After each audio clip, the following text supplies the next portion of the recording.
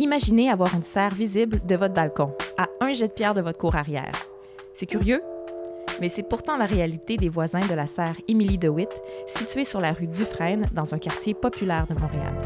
En ce moment, on est dans le cœur de Centre-Sud. On est à la serre, notre quartier Nourricier. On est à côté d'une tonne de semis qui a été produit par la serre. Puis on est juste à côté du jardin communautaire de la ville de Montréal. Le quartier Centre-Sud, situé dans l'arrondissement Ville-Marie, est considéré comme un désert alimentaire, c'est-à-dire un secteur où c'est difficile de se procurer des aliments frais et abordables à distance de marche. Le projet Notre quartier Nourricier, lancé en 2014, vient peu à peu changer la donne. Notre quartier Nourricier, c'est vraiment un projet collectif. C'est un véritable système alimentaire local et solidaire qu'on a mis en place.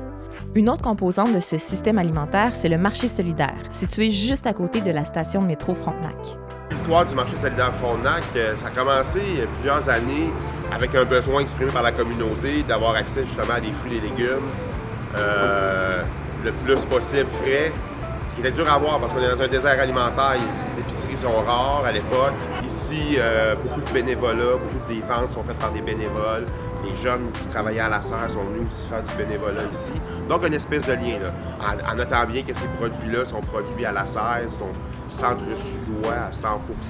Pour en arriver à cette toile d'initiative autour de l'alimentation, il a d'abord fallu que les membres de la communauté de Centre-Sud se parlent. Il y a des années de brassage d'idées derrière ce projet.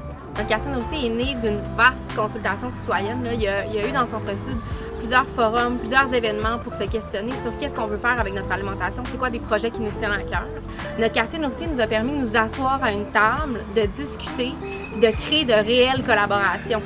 Depuis 2014, ce qu'on observe dans le Centre-Sud, c'est que finalement, la nourriture est devenue un prétexte pour créer du lien social et inciter les gens à participer à la vie du quartier. Puis ça crée aussi un sentiment d'appartenance parce que l'été, ici, il y a de l'animation qui se fait aussi. Les groupes peuvent venir faire des kiosques.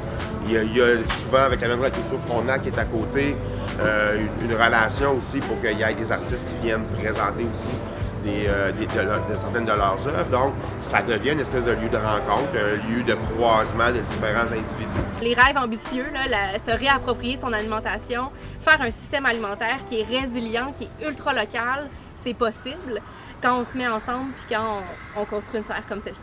Des histoires comme celle-là où des communautés se mettent ensemble pour se réapproprier leur ville, il y en a plein à Montréal.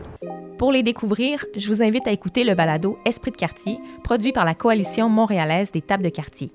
Avec celui-ci, je vous emmène aux quatre coins de la ville à la rencontre de personnes inspirantes et engagées dans des projets collectifs issus des tables de quartier. On va parler d'alimentation, d'environnement, de gentrification. Mais surtout, on va parler de ce qu'il faut faire pour que Montréal soit une ville pour tout le monde, peu importe son revenu, son origine, son quartier.